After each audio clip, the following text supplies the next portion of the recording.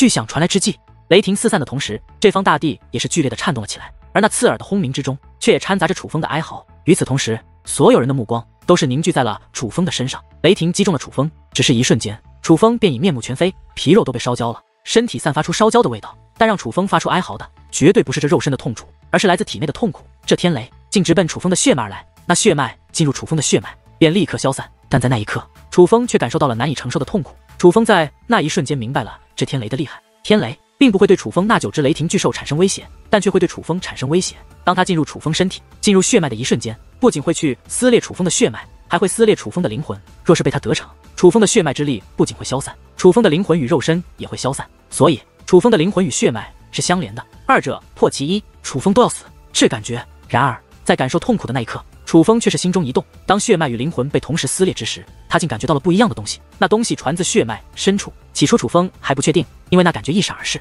可是伴随着天雷不断落下，劈中自己的肉身，袭击自己的血脉与灵魂，并且侵袭越来越凶猛后，楚风便确定了，遭受痛苦的时候，竟然有着如此大的帮助。原来每承受一次天雷的轰击，楚风的血脉与灵魂都会进一步的相融。血脉虽然属于楚风，但却非楚风所掌控的力量。但是灵魂不同，灵魂是楚风的一切，灵魂在楚风在，灵魂灭楚风灭。灵魂若与血脉相融，那楚风自然而然的对血脉之力的理解和掌控也会变得更强。虽然眼下那灵魂与血脉的相融不过是增强了一点点，可若是继续下去，那简直是超乎想象的，甚至可以让楚风掌控那恐怖的力量，那堪比至尊境强者的力量。原来如此，想不到这天雷刑罚台上的天雷刑罚竟然有着如此妙效，难怪汉鹏大人和族长大人曾商量让我登上这天雷刑罚台。此时伴随着一道道雷霆不断轰击在楚风身上，楚风的心中却是越发的窃喜起来。倘若之前还有怀疑，那么此刻他已经相信楚汉鹏让他来到这天雷刑罚台上，并非是要害他，而是帮他。天雷越来越猛烈了，起初是一道一道落下，可是此刻却是连续不断的落下。楚风的身上不停遭到雷击，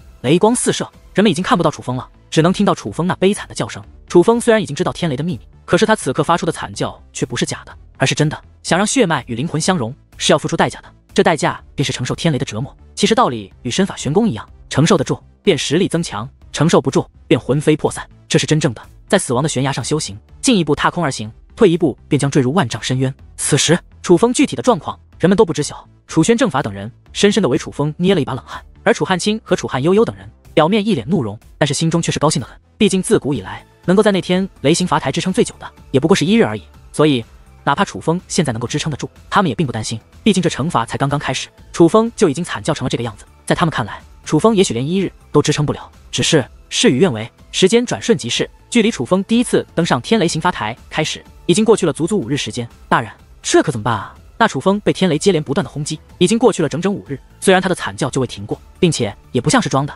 可是却怎么听也没有虚弱的架势。这么下去可怎么办啊？他不会一直这样支撑下去吧？还是那座大殿之内，楚汉卿、楚汉悠悠以及他们的同伙再度聚集于此处。只不过相比于楚风登上天雷刑罚台的时候，他们此刻不仅满面愁色，内心更是如此。他们开始怕了，害怕楚风一直坚持下去，坚持到族长大人苏醒。慌什么慌？才短短5日而已，你们慌什么？那楚风本就异于常人，能够在天雷刑罚台多支撑一段时日，很是正常。楚汉卿说道：“太上长老大人，你也说了，那楚风异于常人，可不正是因为如此，才让人担心吗？那楚风异于常人，曾登上传说中的天雷台第10众，甚至还让血脉修炼阵8阵永开，属下真的担心他被绑在上面一辈子也不会死。”是啊，太上长老大人，您想个办法吧，他楚风拖得起，我们拖不起啊。众人纷纷说道：“我能有什么办法？”那楚汉鹏和楚宣正法一直在天雷刑罚台前守着，就算想直接对楚风下手，也是没有机会。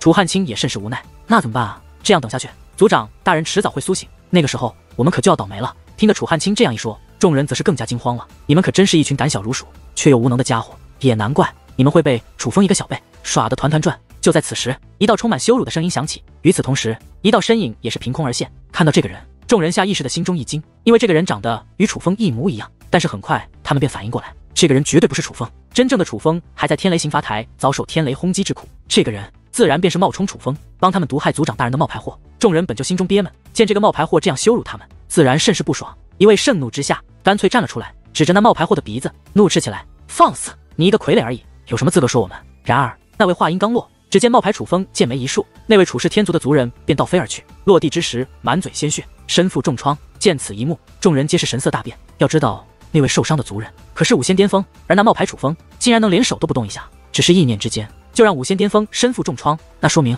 他乃是一位尊者境的强者，这真的超出了众人的意料。尽管此人冒充楚风，已经达到了让人难辨真假的地步，可人们却只是觉得他有特殊的伪装手段，真的没有想到他竟然还有着如此强的实力。这是干什么？还没收拾掉楚风，就要掀起内讧吗？楚汉悠悠冷声说道。然而，对于楚汉悠悠的怒喝，楚氏天族的人虽然面露惧色，可那位冒牌楚风却是根本就不领情。只见他抬起手来，对着那位重伤之人隔空一抓，那重伤之人便被他隔空抓住了脖子，给硬生生的提了起来。他对我出言不敬，叫他道歉，否则我要他的命！冒牌楚风冷漠地说道。此时，楚汉卿与楚汉悠悠对望一眼，眼中皆是涌现出了忧虑之色。对于这个冒牌楚风，他们所知甚少。当初与他合作也是逼不得已，因为他们实在是等不下去了。若让楚风继续成长，他们显然都是死路一条。可现在来看，这个冒牌楚风对他们来说却也是一个巨大的威胁。最重要的是，他们都不敢对这个冒牌楚风杀人灭口，因为他们根本就不确定他们是否能够对付得了这个冒牌楚风。这个冒牌楚风不仅神秘，其实力也是深不可测。起初这个冒牌楚风表现的还很是顺从，但是现在竟直接对他们的人动手，显然是要失控了。你先将他放下来，不然他如何向你道歉？楚汉悠悠说道。其实他很无奈，但却又不得不选择妥协。那冒牌楚风大袖一挥，那负伤之人便再度被摔在了地上。对不起，是我失言，还望您大人有大量，饶过我这一次。而那负伤之人则是赶忙爬起身来，对那冒牌楚风道歉。你们需要明白，那楚风会有今日，可不是你们的功劳，而是我的功劳。所以我希望你们搞清楚我和你们之间的关系，我可不是你们的傀儡，反而是你们离不开我。冒牌楚风说道。听得此话，众人皆是心中一紧，他们担心的事似乎要发生了。这个冒牌楚风比他们想象的还要危险，因为他这简直就是在威胁他们。我们乃是同一条船上的人，现在可不是内讧的时候，而是应该商量一下怎么对付楚风。楚汉卿说道。你们不必惊慌，你们族长所中的毒，除了我之外，没人能够解得开。而我若是不解开的话，不出1个月，他便会浑身溃烂而死。那个时候，你们还怕什么呢？冒牌楚风说道。当真？楚汉卿和楚汉悠悠以及在场的众人同时问道。千真万确，冒牌楚风说道。听得此话，楚汉卿和楚汉悠悠等人的脸色反而好了不少。虽然他们本不想这么快杀死族长大人，可是现在的形势来看，却不得不让族长大人去死了。因为族长大人若是不死，那么倒霉的便是他们。你们若是需要，那楚汉鹏和那个楚轩正法，我也可以帮你们对付掉，帮你们解除后顾之忧。冒牌楚风说道。你为什么要这么帮我们？楚汉卿和楚汉悠悠问道。这冒牌楚风越是帮他们，他们反而越是担心，害怕这冒牌楚风另有图谋，害怕这冒牌楚风一开始就有着别的打算。而这冒牌楚风显然是看穿了楚汉卿和楚汉悠悠的想法，他先是淡淡的一笑，随后这才开口。你们放心，我只是不想让那楚风好过而已。至于你们和你们的楚氏天族，真的没有让我感兴趣的东西，所以你们不用担心我图谋什么。这件事结束后，我便会离开，你们所做的事永远都不会有人知道。冒牌楚风说道。虽然他这样说，可是楚汉卿以及楚汉悠悠等人心中的担忧仍是难以消减。此人的本事已经超出了他们的预测，而他们又有把柄在对方手中，除非对方死了，否则他们这一辈子都是难以心安。两位大人，不好了！可就在这时，有一个人忽然来到了宫殿之中，一脸的紧张。发生何事？楚汉卿和楚汉悠悠同时问道。方氏天族、赵氏天族、宋氏天族、烽火门城以及苍剑宗等众多势力来到了我族之外。那位禀告之人说道。什么？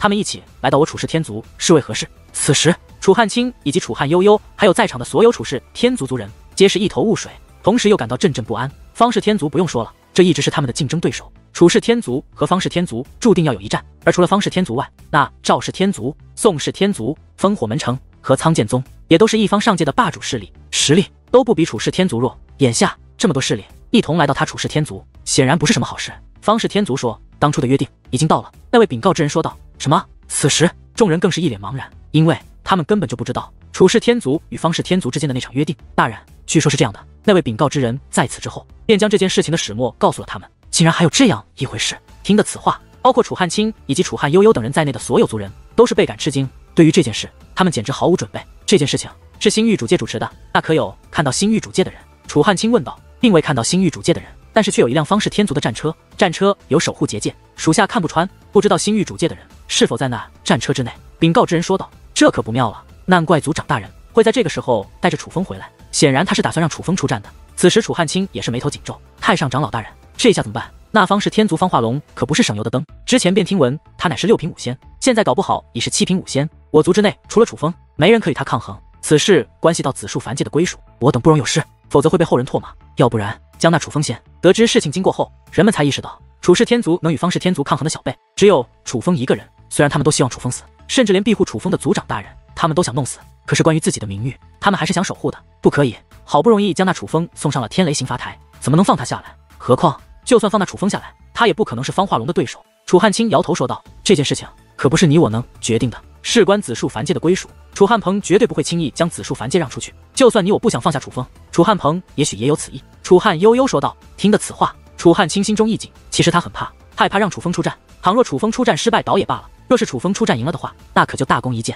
将功抵过之下，楚汉鹏也许会降低对楚风的惩罚。两位太上长老大人，楚汉鹏大人已经去迎接贵客了，让属下通知你们也赶快过去。禀告之人说道。楚汉卿内心很慌，可却也没有时间让他去多想，于是大袖一挥说道：大家分散离开，再各自前往楚汉鹏那里，不得暴露我们在这里相聚之事。话罢，楚汉卿便率先离去。紧接着，此处的众人也是纷纷离去。眼下，方氏天族等各方势力已经被接入了楚氏天族之内，那来自外族的人马浩浩荡荡地进入了楚氏天族之中，很快便引起了楚氏天族族人的注意。再加上楚汉鹏已经下达命令，让族人汇聚于主殿广场之外。不过片刻的功夫，那主殿广场之外已是人们未换，不仅老一辈的在，小一辈的也都在，并且还有大量的人马不断的赶来。主殿广场乃楚氏天族最神圣的广场之一，每当有要事之时，才会将族人召集于此。只是此刻那主殿广场之上，只有少部分楚氏天族的族人在，大部分楚氏天族的族人只得屹立于广场之外。因为如今在那主殿广场之上，有一位贵客，在那里有方氏天族族长、方氏天族的太上长老，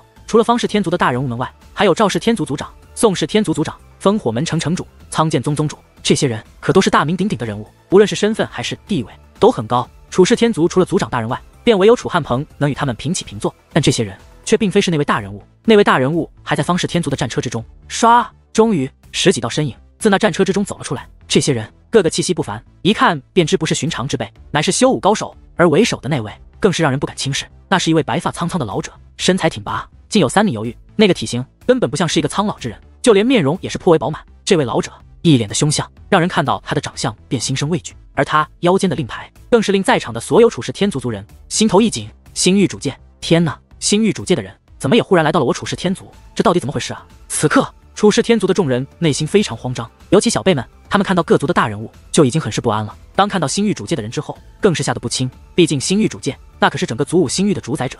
别看楚氏天族的这些小辈平日里在大千上界耀武扬威，但是见到祖武星域的人，就宛如平民见到皇帝一般，吓得连话都不敢说，神经绷得很紧，生怕一个不小心得罪了对方，自己就人头落地了。属下楚汉鹏拜见刚雄大人。楚汉鹏赶忙迎上前去，对那白发老者施以大礼。他竟然是无名刚雄。听得此话，楚氏天族的一些人的脸色变得更加难看起来。无名刚雄的大名，他们早有耳闻。简单的说，这位的身上有一个标签，那就是不讲理。谁要是敢得罪他，轻者人头落地，重者超斩满门。他绝对不是祖武星域实力最强的人，但他却是祖武星域最令人闻风丧胆的存在之一。他这样可怕的人物来到楚氏天族干什么？虽然不知为何，可是下意识的他们便觉得没什么好事。此时楚氏天族内可谓是人心惶惶。楚氏天族的族长是真的病了吗？忽然无名刚雄开口问道。回大人，我家族长大人的确是病了，不然也不会不来迎接您。楚汉鹏说道。这种事情谁知道是真是假？去将你家族长大人叫过来。无名刚雄说道。大人，我家族长大人他现在陷于昏迷之中，他不方便来到此处啊。楚汉鹏说道。不方便，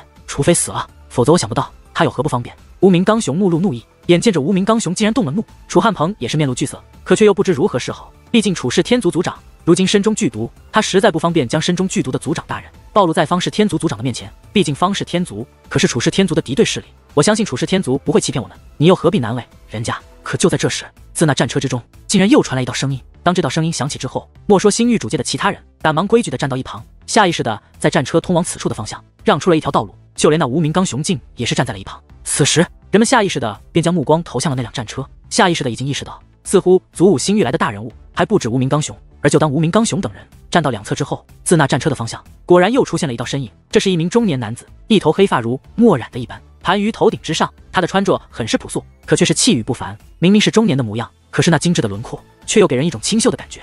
乍一看，此人简直就像是一个初出茅庐书生。可当人们看到他之后，却是面色大惊。不仅仅是楚汉鹏等楚氏天族的族人，就连方氏天族等势力的族人也都是赶忙施以跪拜大礼，拜见烽火大人。众人齐声说道：无名烽火乃是星域主界10大高手之一，而10大高手在整个星域主界之中的地位是仅次于6大至尊的。10大高手不仅地位很高，实力更是极强，每一位都是尊者巅峰的存在，只差一步便可踏入那至高无上的至尊境。尽管当先前他的声音响起之时，人们也都意识到还有一位比无名刚雄更厉害的大人物来了，但却万万没有想到会是无名烽火。因为无名烽火无论是地位还是实力都实在是太高，他这样的存在是根本不会参加这种事情才是。自从楚轩辕被关押起来后，楚氏天族再也没有来过如无名烽火这种级别的大人物。烽火大人，真是想不到您竟然会光临到我楚氏天族，真是使得我楚氏天族所有族人的荣幸。楚汉卿等族人更是毫不顾忌形象的拍起了马屁。好了，诸位都起来吧。无名烽火摆了摆手，相比于无名刚雄，他可就要平易近人的多。可大家心里都很清楚，这无名烽火的厉害，面对这种大人物，哪怕他很平易近人，人们却也不敢有丝毫大意。其实不必高兴的太早，我们今日来，对你楚氏天族来说，也许未必是一件好事。希望你族的小辈们已经对今日的比试做好了准备。无名烽火说道。听得此话，楚汉鹏等人心中皆是一紧。无名烽火的意思很是明了，他们是来做裁判的，今日的结果将彻底决定那子树凡界的归属。方氏天族显然已经做好了准备，但是他楚氏天族却并没有。今日一战，他楚氏天族注定要失去那子树凡界的掌控权，要丢掉老祖宗留下的家业了。大人准备好了，只是不知道这场对决将如何进行。楚汉鹏硬着头皮说道。其实我也是顺道来凑凑热闹，这件事便由刚雄长老来主持吧。无名烽火摆了摆手。可就在这时，一声巨响忽然传来，顺声观望，竟有一片耀眼的彩色光华自9天之上飞落而下，最终落入了楚氏天族的深处。因为那雷霆实在太过耀眼，吸引了在场所有人的视线。你族中是有人在闭关突破吗？无名烽火问道。回大人，那并非突破，而是我族之中有人犯下了大错，所以正在天雷刑罚台上经受惩罚。楚汉卿抢着说道。原来是这样。听得此话，无名烽火点了点头。对于天雷刑罚台，他其实是颇为了解的。那天雷刑罚台不仅楚氏天族有，其实许多天族也都有。天雷刑罚台的天雷自9天之上劈落而下，本就与自伐玄宫引起的天雷很像，虽然先前的威势的确与众不同，有些骇人，可天雷刑罚台偶尔也的确会有这样一道雷霆出现，倒也不足为奇。因此无名烽火并未再多问，就像他也没有询问楚氏天族的族长为何生病一样，因为他就是单纯来看热闹的。其实对于楚氏天族的人和事，他并不关心。别说是谁在受罚，就算楚氏天族族长死了，他的内心也不会嫌弃丝毫波澜。毕竟对于他来说，哪怕楚氏天族族长也只是一个小人物而已，还不值得他去关心。大人您请。在楚汉鹏等人的招待下，无名烽火、无名刚雄以及方氏天族族长等大人物都是被请上了贵宾席位上，而无名烽火更是做到了唯有楚氏天族族长才能坐的主位之上。没办法，谁让无名烽火身份高贵，别说楚氏天族族长不在，就算他还在，那么这个主位也必然是要由无名烽火来做的。为了彰显敬重之意，楚汉鹏等太上长老根本就没有入座的意思，而是如同仆人一般站在无名烽火和无名刚雄的身后，准备随时伺候着2位大人物。也不能怪他们卑微，实在是这2位大人物他们得罪不起，不敢怠慢。忽然，那已经入座的无名刚雄站起身来，准备宣布这场关于子树凡界归属权争夺的具体规则。可就在这时，又有一道雷鸣传来，这一次声音更加刺耳。顺声观望，那9色雷霆比之先前竟也耀眼了许多，就连威势也是变得更加恐怖。而与先前一样，那耀眼的雷霆也是奔着先前劈下的方向坠落而去。看来你们所惩罚之人倒是有些不简单啊，居然能够承受这样的天雷之后还有天雷落下。无名烽火说道。他并未动用特殊手段观察，而是他本身修为太过强横，所视距离也远非其他修武者可比。再加上那天雷刑罚台位置很低，所以天雷坠落下很是清晰，所以只要他注意观察便可看到一切。但因为天雷围绕着楚风，他若只是这样观察，倒是看不到那被天雷围绕的楚风，所以才会这样问，不过是一个族中败类罢了。楚汉卿说道。听得此话，无名烽火也是没有多问，而是转过了头。虽然先前的神雷落下的确威势极大，但已经相信这一切乃是天雷刑罚台引起的天雷后，无名烽火等人也是没了兴趣。这件事情既然由我新域主界主持，这规矩自然也便由我新域主界来定。无名刚雄此话说完，手腕自乾坤带划过，下一刻一道掌心大小的光芒体便出现在了他的手掌之上。忽然，无名刚雄手臂一扬，那光芒体竟然立刻扩大，瞬息便覆盖了这座广场的中心区域。此刻，所有人都是眼前一亮，他们都看出来了，这不是一座简单的阵法，而是一座蕴含着阵法的至宝。这至宝乃是透明的，那就像是一个被缩小的小型世界。人们在这广场周围就像是神灵一般，可以清晰看到那个小型世界上的一切。而这个小型世界以中间一条河流为分割线，被分成了2个阵地，2个阵地分别有60个营地，每个营地上面都插着2杆大旗，每方都有60个阵营，120杆旗帜。而2个阵营的旗帜分别写着楚氏天族和方氏天族。方氏天族、楚氏天族小辈听令，所有360岁以下的小辈进入各自的阵营。无名刚雄说道。他此话说完，一座立于虚空之上的战车便飞落而下，直接落在了广场之上。那方是天族的入口前，战车之门开启，足3000名方是天族的小辈自那战车之中走出。这些可都是方是天族360岁以下的精锐，个个都是实力不凡、天资卓越之辈。而其中最引人注目的，乃是一名身高2米、肌肤发黑却格外壮硕的男子。此子名为方化龙，今年359岁。此人天赋异禀，被誉为方是天族万年以来的最强天才。而实际上，这场比试被定为360岁以下的小辈可以参战，也正是因为此子他是方氏天族的王牌。此子多年之前已是6品5仙，一直传闻他在闭关修炼，并且这次很有可能突破到7品5仙。但是眼下此子应该是凭借至宝故意隐藏了修为，所以哪怕楚汉鹏也看不穿此子修为，而这就更让楚汉鹏等人不安了。此子6品5仙的修为乃是人尽皆知之事，他本无需隐藏修为，现在他竟然不惜在众位前辈面前故意隐藏修为，那多半证明他已经成功突破修为，成为了一名7品武仙。此子果然来了。当楚汉鹏等人看到方化龙的那一刻起，心中就已经做好了输的准备。哪怕方化龙的修为没有达到7品武仙，可在楚风不能参战的情况下，楚氏天族也根本没有人能与他一战。拜见大人。方氏天族的众位小辈自战车走出后，并未直接走入那阵法之中，而是先对无名烽火和无名刚雄等人施礼。不必拘礼，直接进去吧。无名刚雄挥了挥手。见状，方化龙等3000名小辈则是争取有序地走入了那阵法之中。进入阵法之后，他们立刻变得很小，看上去比蚂蚁还要小上数倍。之所以如此，乃是因为这只堡内的世界其实要比这座广场大得多，所以当他们进入阵法后，身体才会变小，并不是他们缩小了，而是这至宝的原因而已。在方氏天族小辈进入阵法之际，楚氏天族360岁以下的族人也开始进入其中。相比于方氏天族的3000精锐，楚氏天族的小辈就多了不少，有着1万多人。但是这可不是精锐。事实上，在来到这座广场之前，甚至刚刚看到无名刚雄等人的时候，楚氏天族的小辈们都不知道这场比试。不仅他们不知道，楚氏天族的许多人都不知道，因为楚氏天族族长根本就不曾与他们说过这件事，他们乃是临危受命。所以相比于方氏天族的小辈们，楚氏天族的小辈们可谓是毫无斗志可言。毕竟他们都很清楚，他们不是方化龙的对手。莫说方氏天族有3000精锐，就算方化龙一人，就足以将他们全部歼灭。方氏天族与楚氏天族小辈听着，你们相互攻击1个时辰的时间，哪方攻占的阵营多，便是哪方获胜，明白了吗？无名刚雄高声问道。回大人，晚辈明白。无名刚雄话音刚落，那阵法之内便传来了雷鸣般的声音。那至宝并不阻隔内外的声音，所以至宝外人所说的话，至宝内的人可以听见。同样的，至宝内之人所说的话，至宝外的人也能够听见。好，现在给你们1炷香的时间商量战略。1炷香之后，比试正式开始。无名刚雄说道。他此话说完，楚氏天族的小辈们立刻聚集到一起，开始以暗中传音相互沟通。而相比于楚氏天族这边，方氏天族的小辈却早就整齐有序地分散开来，占据了属于他们的阵营。看来相比于楚氏天族，他们早就知道了具体的比试规则。对于这一幕，楚氏天族很是无奈，但也没办法，毕竟从一开始这就不是一场公平的对决。楚汉鹏，有一句话我本是想对你家族常说的，但他既然病了，那就由你代听吧。忽然，方氏天族族长看向了楚汉鹏。方兄，请讲。楚汉鹏说道。这一场对决，我方氏天族可谓是势在必得，所以那子数凡界，我方氏天族也是势在必得，还望你楚氏天族做好心理准备，不要太难过才是。方氏天族族长笑眯眯地说道。挑衅，这是绝对的挑衅。听得此话，楚氏天族族人的内心都是非常愤怒的。他们都很清楚，若是两族之间正常对决，他方氏天族未必是他楚氏天族的对手。可正因为星域主界的插手，导致这根本就不是一场公平的对决，才让方氏天族这般猖狂。可他们除了在心中愤怒之外，却连愤怒的话都不敢说，因为他们惧怕星域主界的人，所以哪怕再愤怒，却也只能选择忍，甚至选择眼睁睁地看着这场注定失败的对决进行，眼睁睁地看着本属于他们的子数凡界归属权被方氏天族夺走。时间过得很快，不过眨眼的功夫，1炷香的时间已经过了。老夫宣布，对决开始。无名刚雄说道。杀！他此话落下，顿时喊杀之音响彻不断，只是那喊杀之音竟是全部自方氏天族那边传来的。方氏天族的众位族人分成了60个攻击方阵，各自手拿一杆方氏天族的大旗，开始有序地跨越河道，向楚氏天族这边攻打而来。而楚氏天族根本就没有攻打的意思，而是选择了顽强的防守战术。眨眼之间，双方便厮杀在了一起。起初这战况还有些焦灼，毕竟方氏天族只有3000人，而还要留下一部分人守住自家的阵地，所以这与楚氏天族的小辈们形成了极大的差别。但是焦灼的战况并未持续多久，不过短短1炷香的时间过后，方氏天族竟然开始占据优势。见此一幕，无名烽火摇了摇头。虽然从一开始他就断定楚氏天族会输，可是在楚氏天族族人人数占有，而方氏天族这边方化龙等主力还未出手的情况下，楚氏天族居然还会这么快将战局打成劣势，这充分的说明了一件事：楚氏天族现在后继无人。楚氏天族这是怎么了？莫非想放弃子数凡界的掌控权吗？忽然有人问道。怎么可能放弃？若是放弃的话，楚氏天族族长当初也不会答应这场对决了。之所以会这样，其实道理很简单，还是自身实力不行啊。就算如此，可这差距也未免太大了吧？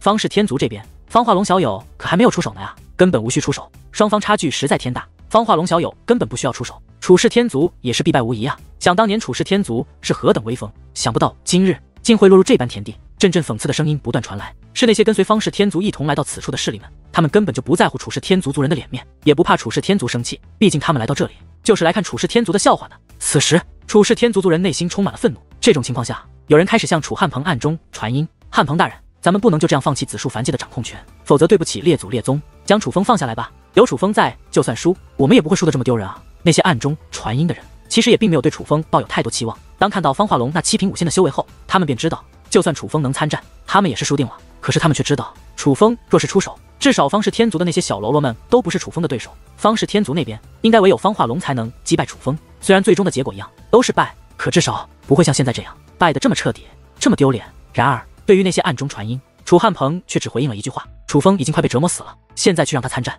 好意思吗？汉鹏大人，那楚风本就是戴罪之身，他毒害族长大人，本该立即处死。你不杀他，以示仁至义尽，让他戴罪立功，是对他的恩赐。有族人说道：恩赐？你们真当免死令牌无用？你们真觉得楚风有毒害族长大人的理由？楚汉鹏此刻心中很气愤，他气愤的是楚风为楚氏天族做了这么多，可是族中除了一小部分人愿意相信楚风外，大部分人还是对他充满防备。只要楚风做错一件事，就不惜将他打入万丈深渊。当年的楚轩辕如此，今日的楚风也是如此。这其实不是楚轩辕和楚风的悲哀，而是楚氏天族的悲哀。有着这样一群不团结的族人，楚氏天族很难真的崛起。见楚汉鹏语气变得非常的愤怒，那些劝他的人也是纷纷闭上了嘴巴。其实他们还不理解，明明惩罚楚风的是楚汉鹏，为何今日楚汉鹏又替楚风说话？他们自然不理解，因为楚汉鹏从一开始就是帮着楚风的，他让楚风接受惩罚，并不是显得自身处事公平公正，而是想让楚风借助天雷刑罚台的力量进行蜕变。尽管这很危险，但他却想让楚风去尝试一下。毕竟修武之路本就是逆水行舟，不进则退。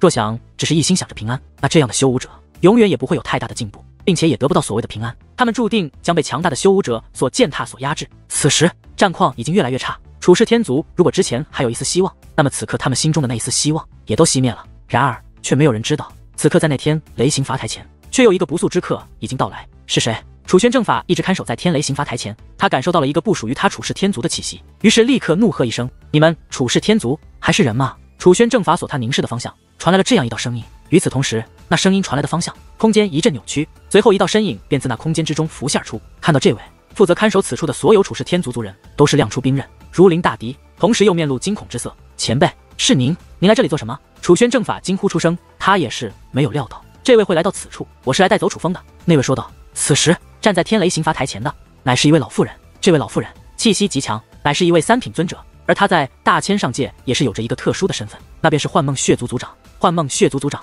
与楚风的爷爷楚汉仙乃是挚友，当初这幻梦血族族长就曾暗中帮过楚风，也曾当众替楚风出过头。他保护楚风，自然是看在楚汉仙的面子上。只是令人没想到的是，楚风此次遇难，他也能这么快赶到。前辈，身为楚氏天族刑罚堂副堂主，我不能让你带着楚风离开。可身为楚氏天族族人，出于一个楚氏天族族人的良知，今日我楚轩正法恳请前辈您带楚风离开。话到此处，楚轩正法竟然向幻梦血族族长施以跪拜大礼。他的这个举动让幻梦血族族长很是意外，因为连他也没有想到楚轩正法会做出这样的举动，就宛如他来解救楚风是在帮楚轩正法一个大忙一样。而就在幻梦血族族长惊讶的时候，楚轩正法已然起身，只见其手臂一挥，一道圆形罗盘便脱手而出。那圆形罗盘为黑色，脱手之后便急速扩大。与此同时，那罗盘之中竟然产生了某种特殊的吸力，那吸力是专门针对雷霆的。那罗盘来到刑罚天雷台之上，那不断自9天之上劈落而下的天雷，则是全部被引到了那罗盘之上。那是黑金引雷盘。看到那罗盘之后，楚氏天族的许多族人皆是面露惊讶之色。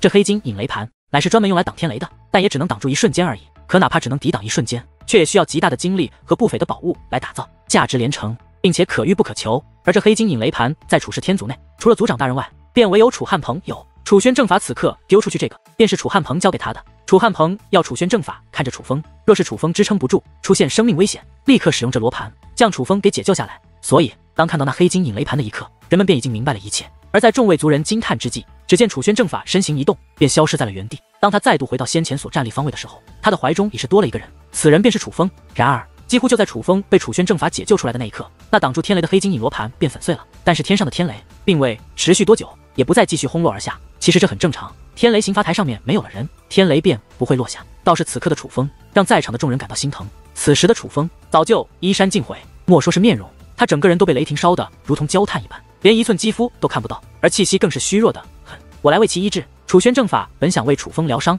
幻梦血族族长便抢先出手了。幻梦血族族长单手解决，另一只手按在楚风的额头之上，下一刻宛如血水一般的物体便顺着他的掌心涌出，瞬息将楚风包裹起来。而不过片刻的功夫，那血水便消散而去。当血水消散之后，楚风不仅恢复了原来的模样，身上还多出了一件衣衫，就连原本跌落在天雷刑罚台上的乾坤带也被重新挂在了楚风的腰间。只是此刻的楚风面色却非常苍白，看上去就像是一个身患重病的将死之人。他依旧很是虚弱。正法前辈，族长大人，他伤势如何？楚风虚弱地问道。族长大人，他所中之毒很是奇特，不过你不用担心，我们会想办法医治族长大人的。眼下形势对你不利，我们根本没有证据证明你不是毒害族长大人的真凶，所以楚风，在有足够证据之前，你还是随血族前辈离开此处吧。楚轩正法说道。郝楚风点了点头。楚风也觉得盲目留在此处没有意义，倒不如先离开此处，然后再想办法查出真凶。不过我要先去看看族长大人。楚风说道。好。楚轩正法知道楚风放心不下族长大人，所以倒也是点了点头。随后，幻梦血族族长以及楚轩正法便带着楚风向楚氏天族族长的如今疗伤的地方飞掠而去。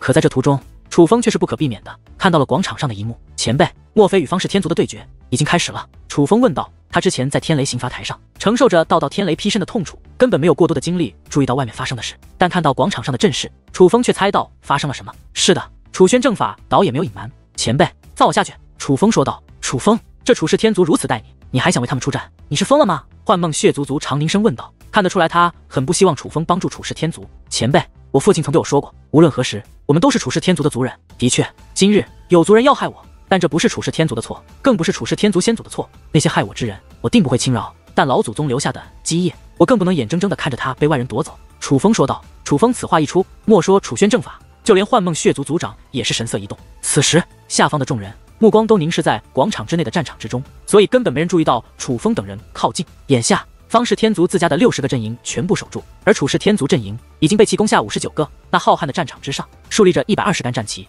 可只有一杆战旗上面写着楚氏天族4个字。这场的对决已经到了分出胜负的关键时刻，楚氏天族及其全族的力量在抵挡方氏天族的攻势，他们并不想放弃，似乎想守住最后的尊严。所以这场原本无趣的对决，到了此刻反倒有了一点意思。只是可惜，楚氏天族大势已去，经过先前的较量，他们剩下的不过是一群伤病而已，根本抵挡不住方氏天族的攻势。所有人都知道，楚氏天族坚持不了多久了。此时，方氏天族众人的脸上布满利奥得意的笑容，而楚氏天族无论男女老少，却是一脸的悲痛。可就在这时，一道身影忽然从天而降，落在了楚氏天族阵营的入口处。看到这位不速之客，所有人都是神色一动，可还不待众人开口，那位却是对着广场主座的无名烽火抱拳施礼，高声说道：“楚氏天族族人楚风，请求出战。”楚风，他怎么来了？是谁？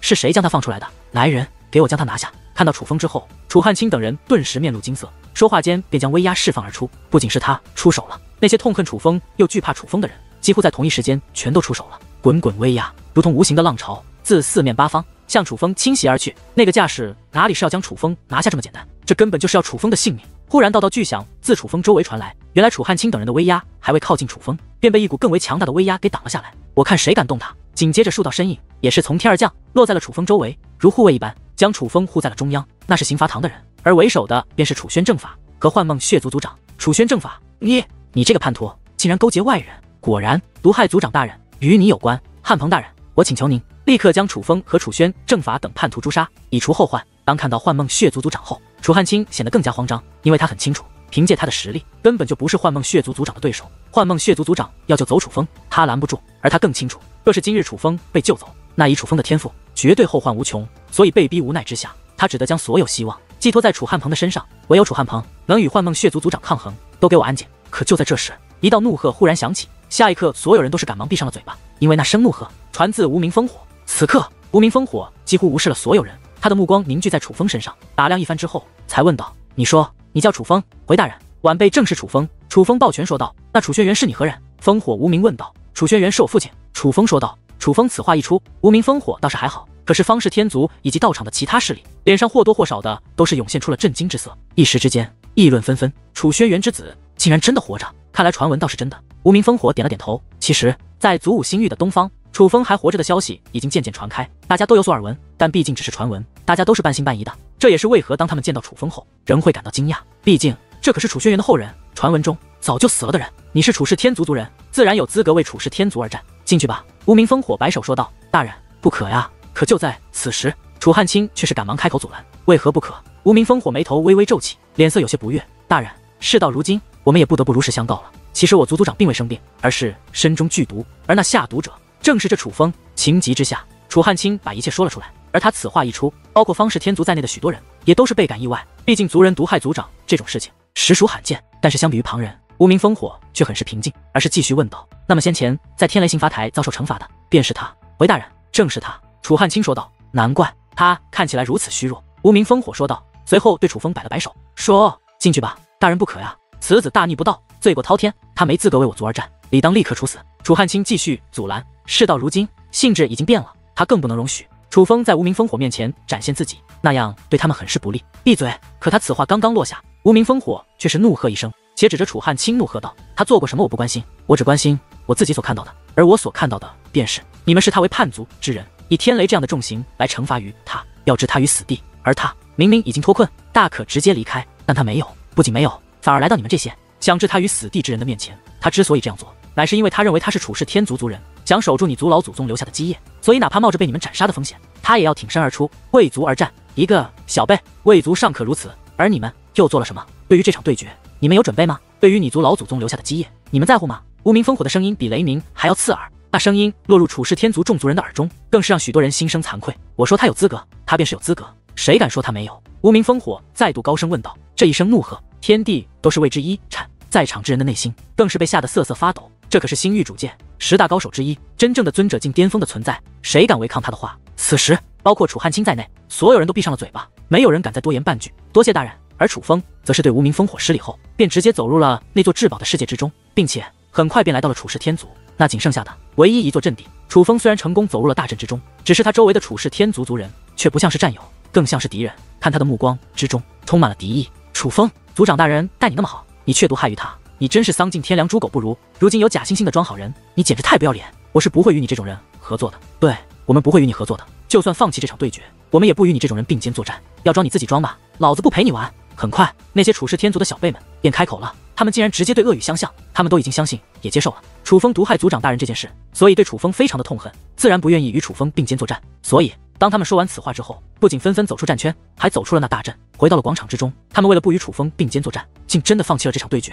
发生这一幕，楚汉卿等人不由得看向了无名烽火一眼，就像是在说：“你看，我没说错吧？这楚风就是一个叛族之人，否则也不可能这么多小辈都不愿与他并肩作战。”但是令他失望的是，无名烽火虽一直凝视着阵内，但对于楚风惨遭同族小辈抛弃这件事却无动于衷，反而依旧较有兴致地看待着这一切。因为他根本就不关心楚氏天族那些小辈是否继续作战，他关心的只有一个人，那便是楚风。而此时，原本1万多人的阵地，转眼之间便只剩下了13人。此刻，除了楚风之外，楚风身边仅剩12人。这些人敢在这个时候站在楚风身边，将承担的乃是全族之人的冷眼，甚至还有可能背负叛族的罪名。所以他们不仅仅是相信楚风的人，还是非常有勇气的人。这些人中有楚风认识的，如楚清、楚浩言、楚怀宇、楚双双等人，还有一个倒是令人颇感意外，此人便是当初为了利益曾背叛过的楚月。但是此时他似乎有了很大的转变，因为他脸上的坚决，眼眸中的信任，说明他已经做好了站在楚风身边，不惜对抗全族的准备。剩下的楚风并不认识，但是此刻楚风却记住了这些人，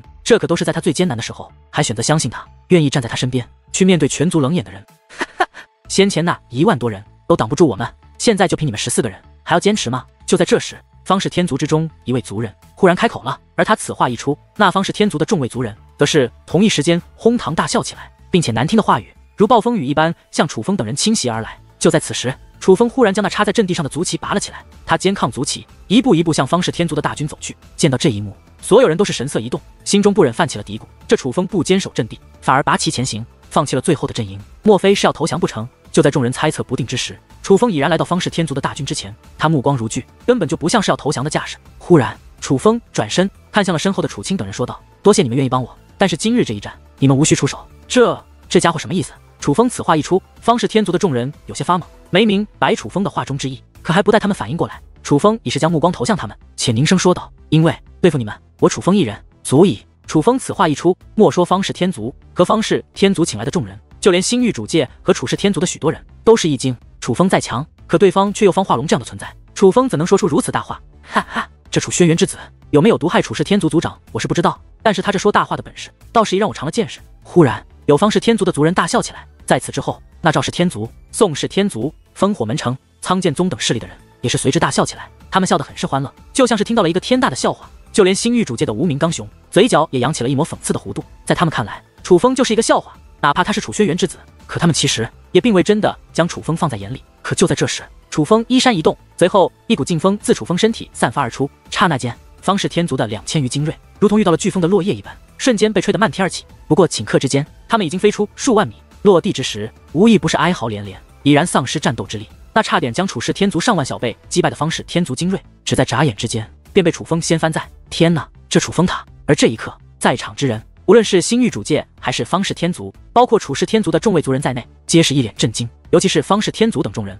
他们脸上的嘲笑之色已然消散，取而代之的是无尽的紧张与不安。甚至此刻，原本坐在贵宾席位上的他们，更是紧张地站起身来，因为此时此刻，楚风身上所散发的气息，乃是七品武仙。楚风此时的修为，除了无名烽火外，所有人都惊了，包括楚氏天族的楚汉鹏、楚轩正法，以及其他所有族人，哪怕楚氏天族族长在此，也同样会感到吃惊。毕竟之前的楚风只是5品武仙，而他在短短几日时间，竟连续突破到7品武仙，并且还是在承受天雷折磨的情况下，这怎能不让人惊讶？其实，楚风能够突破到6品武仙，乃是必然的事。当初从乌马天族那远古遗迹内，楚风的确领悟许多，是有突破的把握的。但是楚风能够一口气突破到7品武仙，其实还是靠那天雷刑罚台上不断落下的天雷。天雷对楚风造成了不小的伤害，却也给楚风带来了极大的收获。楚风凭借过人的毅力以及远超常人的领悟力，硬生生在天雷折磨自己的同时，掌握了对血脉之力更深一层的掌控之法，更因此导致自己修为增加。所以天雷刑罚台，楚风所受到的折磨，其实是远远无法与他所得到的收获相比的。我知道了，先前那2道惊人的9色天雷，并是天雷刑罚台所引来的，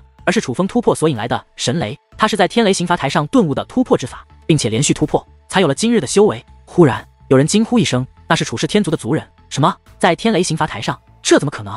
然而听到楚氏天族族人这样的话后，方氏天族、赵氏天族、宋氏天族等族人却是一脸的难以置信。他们也都是天族族人，他们族内也都有天雷刑罚台，深知天雷刑罚台的恐怖，能够在天雷刑罚台坚持1日，已是很厉害的人。在天雷刑罚台上突破修为，这简直是妄想，是不可能的事。我就说那2道天雷怎么那么与众不同？这样来看，楚风你修炼的便是与你父亲和你爷爷一样的自伐玄功吧？无名烽火问道。一样的玄功，那岂不是方氏天族以及方氏天族找来的帮手，内心皆是阵阵发寒。与楚汉仙和楚轩辕一样的自伐玄功，那岂不是传说中的神伐玄功？这楚风不是被定为无法修武的废物吗？就算能够修武了，可凭借他的天赋，也无法修的那等玄功才对吧？回大人。是的，楚风回道。他竟然真的修炼了神伐玄功。楚风此话一出，方氏天族等人就像是被雷劈了一般，一时之间不知所措。这楚风竟然真的强大到修炼了神伐玄功的地步，这哪里是不能修武的废物，这简直就是逆天级别的怪物。如果说先前方氏天族等人看楚风的目光还像是看待一个笑话，那么此时他们看楚风的目光不仅满是重视，还多出了一道浓郁的惊恐。毕竟这可是一场关乎子树凡界掌控权的对决，他们方氏天族输不起，但同是7品武仙，对方又是楚轩辕的儿子，并且还修炼了传说中的神伐玄功。哪怕方化龙的确很强，可他们也没有绝对的自信，觉得方化龙可以胜过楚风。无奈之下，方氏天族族长看向了一个人，那便是无名刚雄。无名刚雄乃是他们的依靠，能够举办这场不公平的对决，他们全靠无名刚雄。所以现在他们倘若有人能帮他们，那自然也是无名刚雄。然而对于方氏天族族长那求助的目光，无名刚雄却是宛如没有看见一般。倘若今日无名烽火没有来，无名刚雄可以主宰一切，但无名烽火站在那里，无名刚雄什么都不敢说。更何况现在傻子都看得出来，无名烽火对楚风接下来的表现充满期待，谁敢去打扰他的雅兴？看来只能看化龙的了。求助无果后，方氏天族的族长只得将目光投向了方化龙。方化龙乃是他们唯一的希望了。而令他倍感安慰的是，此时的方化龙哪怕明知道楚风很强，可依旧一脸从容，那高傲的模样，不可一世的态度，让人感觉到了2个字：自信。的确，方化龙身为方氏天族万年以来甚至几万年以来的最强天才，他的确有着这样自信的资本。看到这样的方化龙，不仅方氏天族的众位族人松了一口气，就连无名刚雄的内心也是悄然松了一口气。他收下不菲好处，帮助方氏天族安排了这场对决，就是要让方氏天族赢的。倘若方氏天族输了，那么他的脸上也是无光。忽然人们的目光变得凝重起来，所有人都齐刷刷地凝视在了那大阵之中。因为楚风动身了，在击溃了方氏天族的攻势后，楚风手握楚氏天族战旗，已然腾空而起，并且跨越了那条分界河。这也是楚氏天族的族人之中第一个，也是唯一一个跨越那条分界河的人。所有人都清楚，真正的对决一触即发。